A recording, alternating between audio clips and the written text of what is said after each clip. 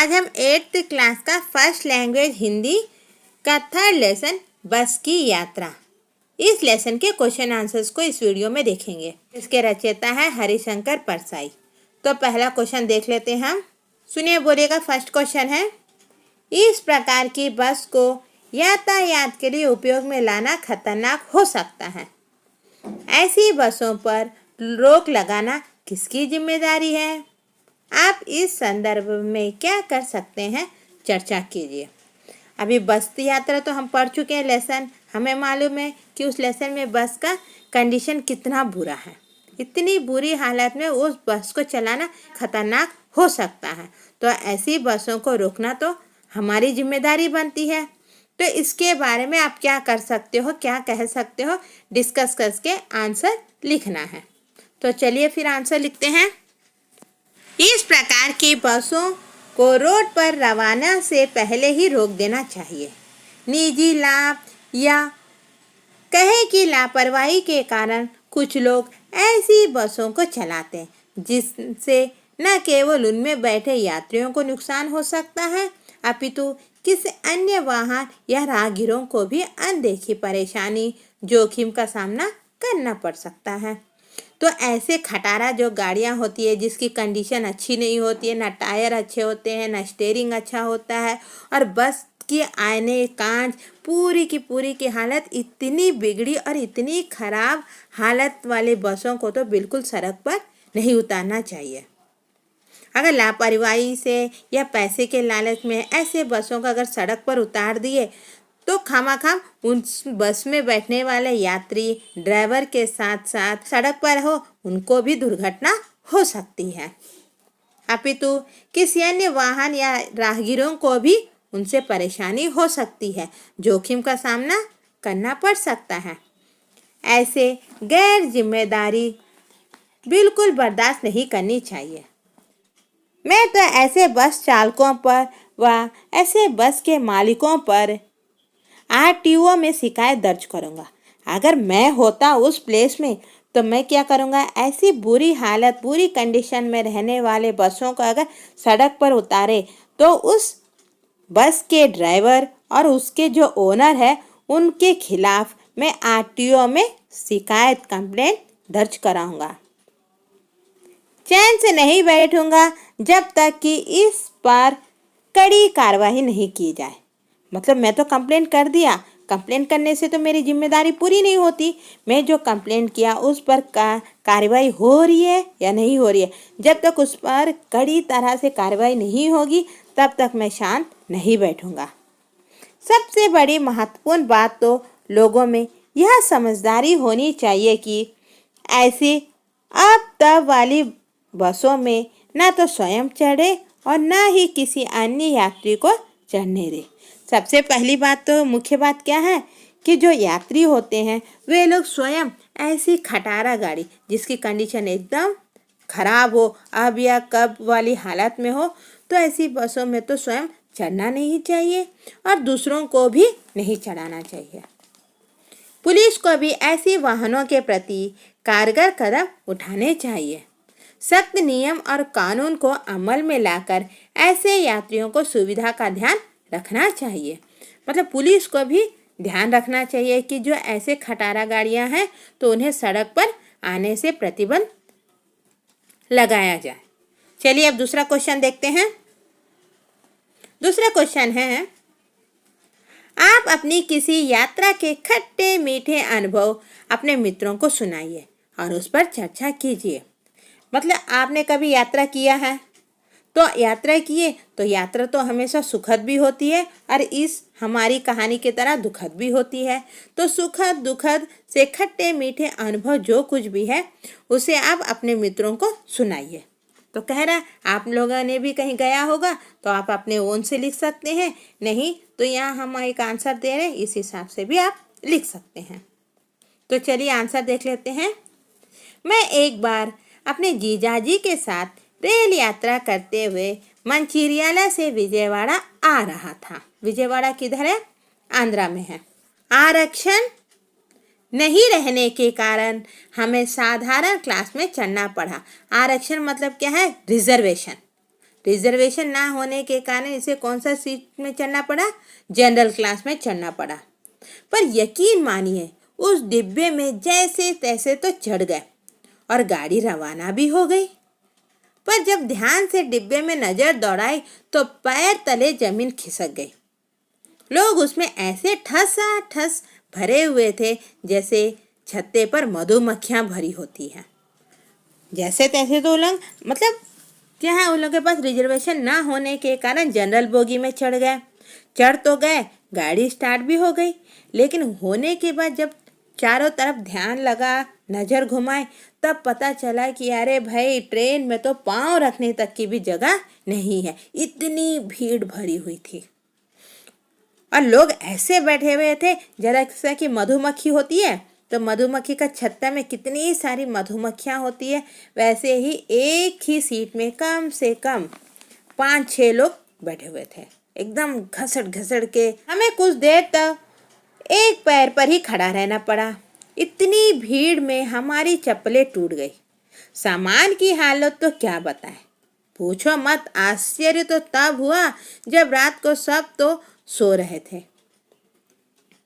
पर एक जगह पर 5-5, एक का सर एक के सर पर, कमर पैर पर, ऐसी दुर्भर अवस्था में भी वे गहरी नींद सो रहे थे। जो थे उनको तो बहुत देर तक सिर्फ एक पैर पर ही खड़ा रहना पड़ा। दूसरा पैर पर खड़े रहने की उतनी जगह भी नहीं थी, और सामान तो कहाँ कहाँ फेंक दिया उनको भी पता नहीं था। और लेकिन आश्चर्य की बात तो तब है जब रात हो गई, इतनी भीड़ में भी लोग एकदम मस्त सोए हुए थे। कैसे? एक का सिर दूसरे के सिर पर, एक का कमर दूसरे के पैर पर, जैसे तैसे एक बर्थ पे 5 लोग सोए हुए थे इसी हालत में। ऐसी दुर्भर अवस्था में भी वे गहरी नींद सो रहे थे। भाई रात का समय है, इसलिए तो जैसे तैसे तो नींद आ ही जाती है, क्योंकि नींद को रोकना मुश्किल होता है ना।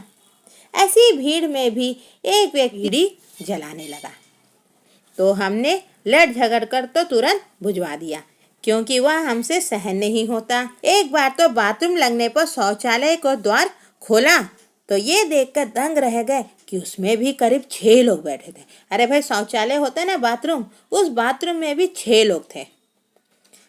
भगवान कहकर रह गए। जैसे तैसे रात कटते ही प्रातः हमारा स्टेशन आ गया। हमें तब उतरने की जरूरत भी नहीं पड़ी, लोगों ने धक्का देकर तो स्वयं ही उतार दिया।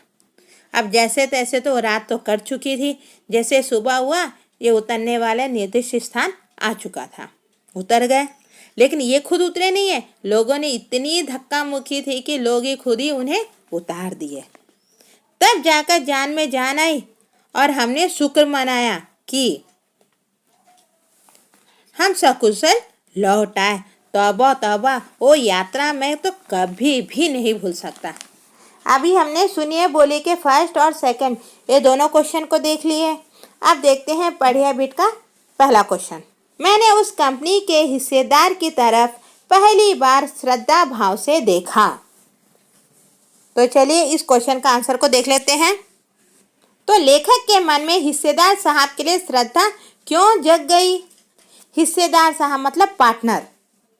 पार्टनर के लिए इतना श्रद्धा भाव उनके मन में क्यों पैदा हो गई, राइटर के मन में?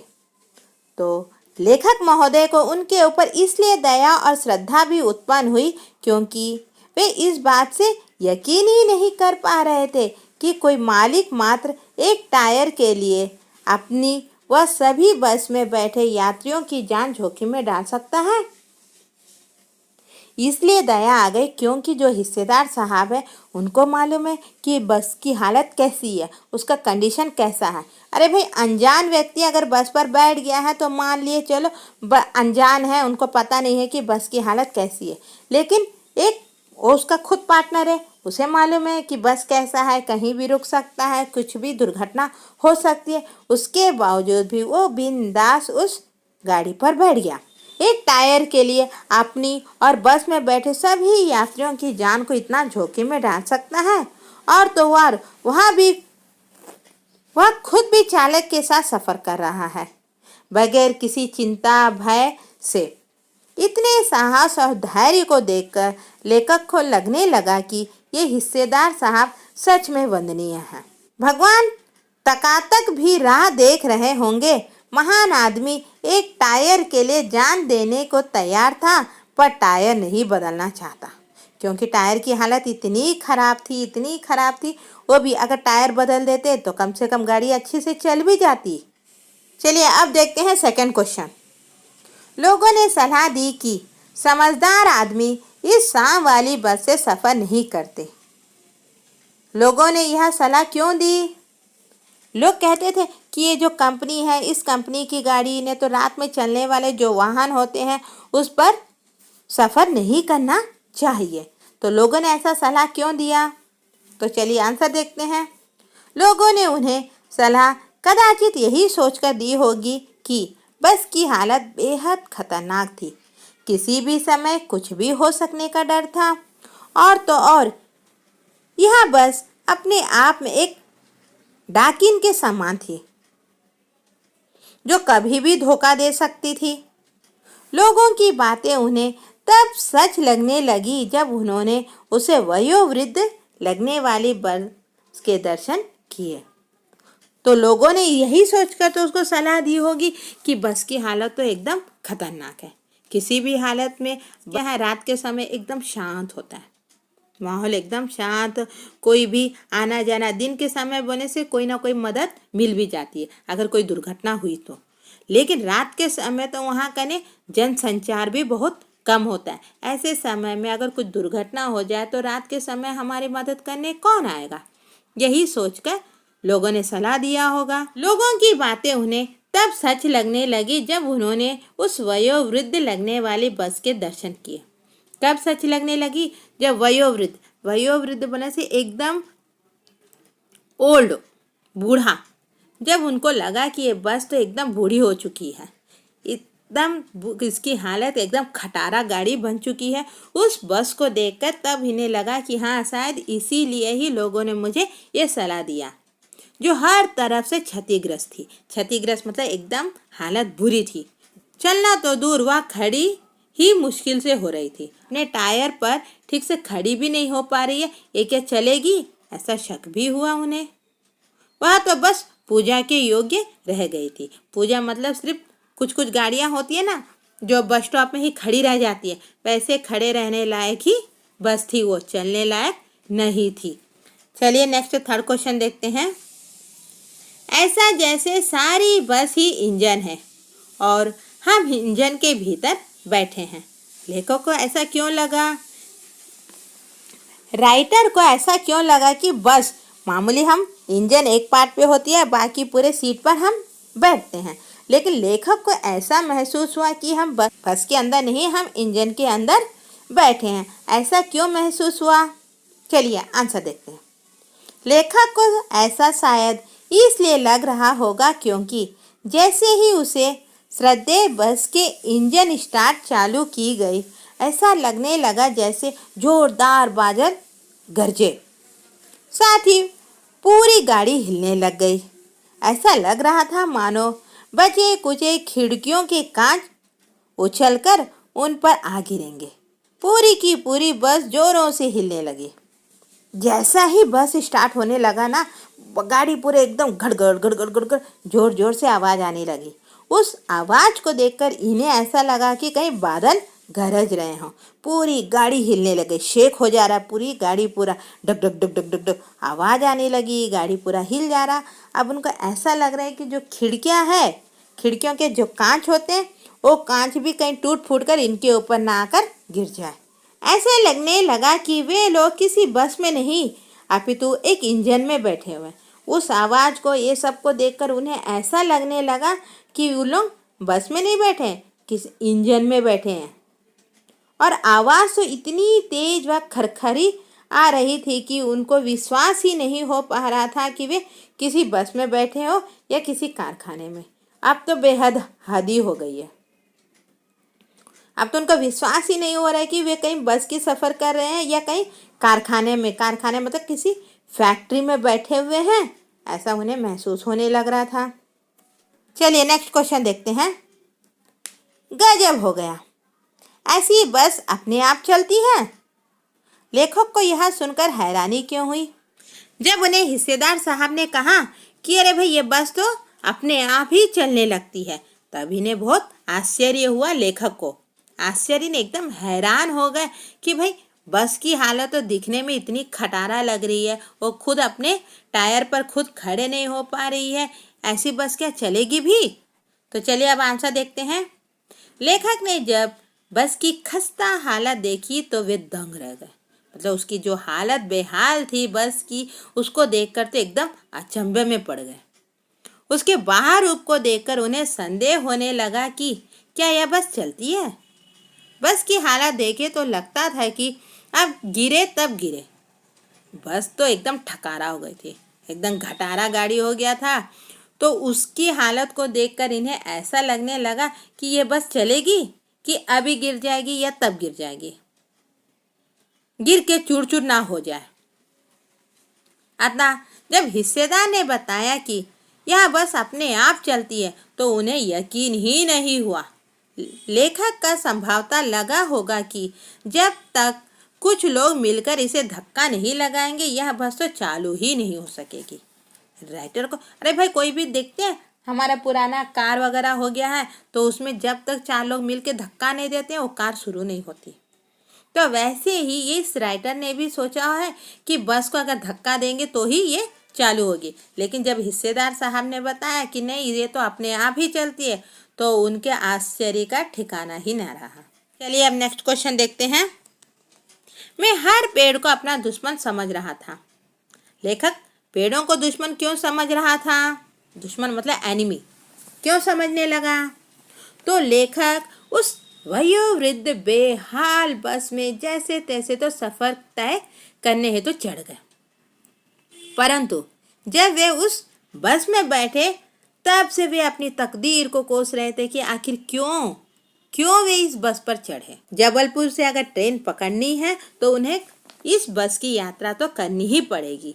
तो सुबह ड्यूटी के लिए जाना है, इसलिए वे अपने जैसे तैसे किस्मत को कोसते हुए उस बस पर बैठ गए।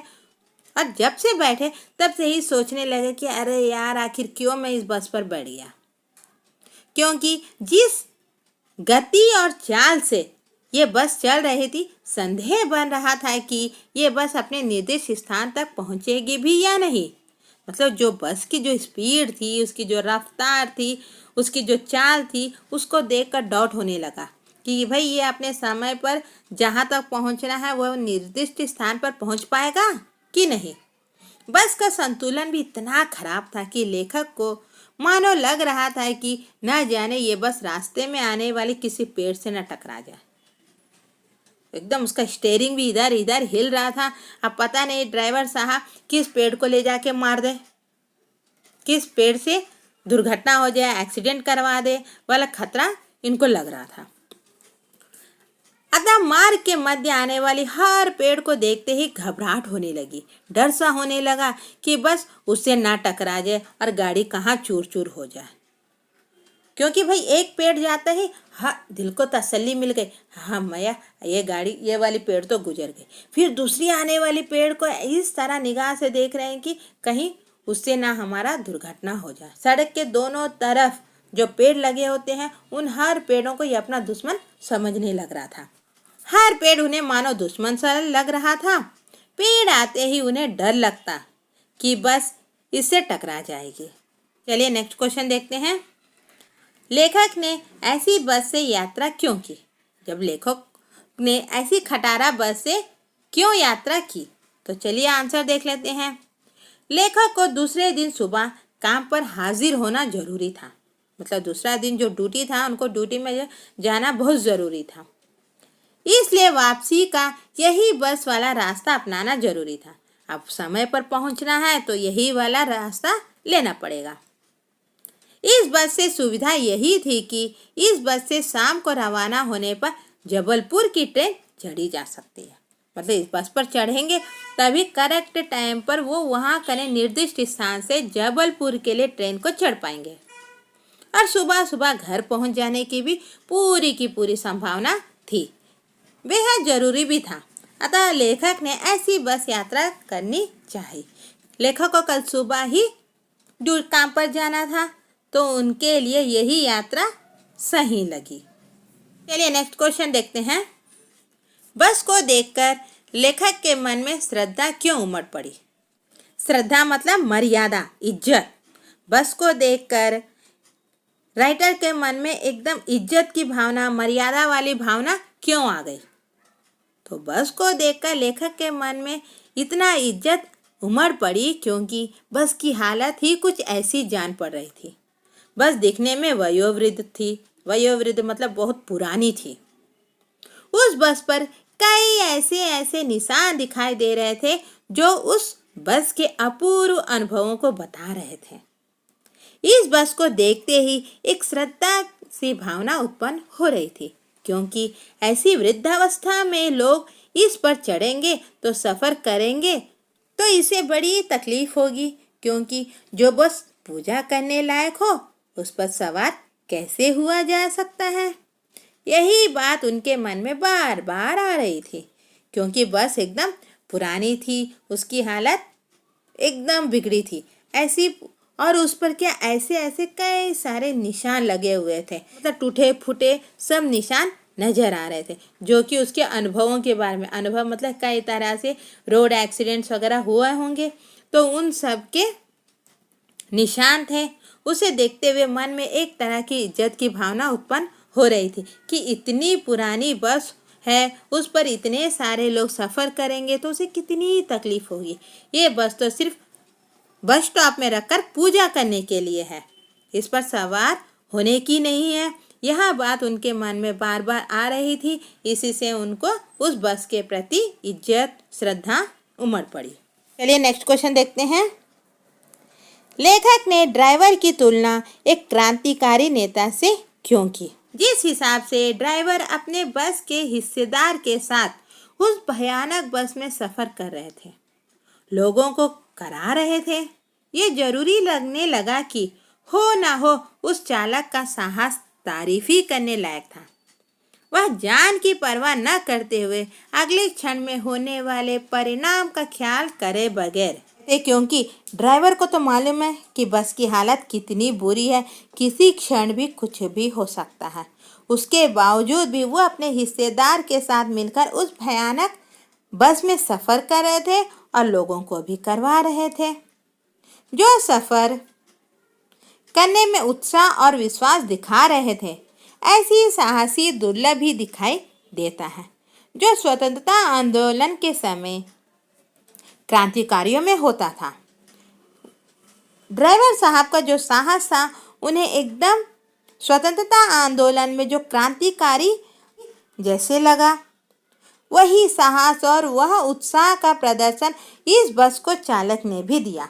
जितना एक क्रांतिकारी देश को आज़ादी दिलाने के लिए जो साहस और धैर्य का प्रदर्शन करता है, उतना ही धैर्य और साहस का प्रदर्शन इस बस के चालक ने बस को चलाने के लिए किया। उनकी तुलना एक क्रांतिकारी नेता से इसीलिए की गई।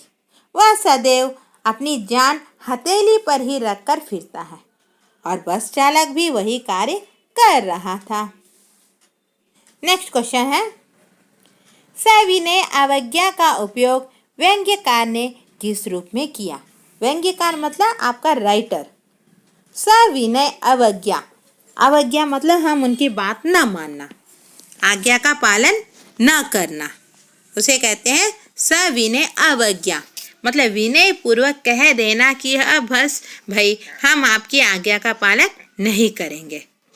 मतलब विनय पूर्वक कह देना कि बस भाई बस बहुत हो गया, अब हम इस आज्ञा का पालन नहीं करेंगे करके विनय रूप से कह देना। तो लेखक ने इस शब्द का उपयोग किस रूप में किया? तो चलिए आंसर देखते हैं।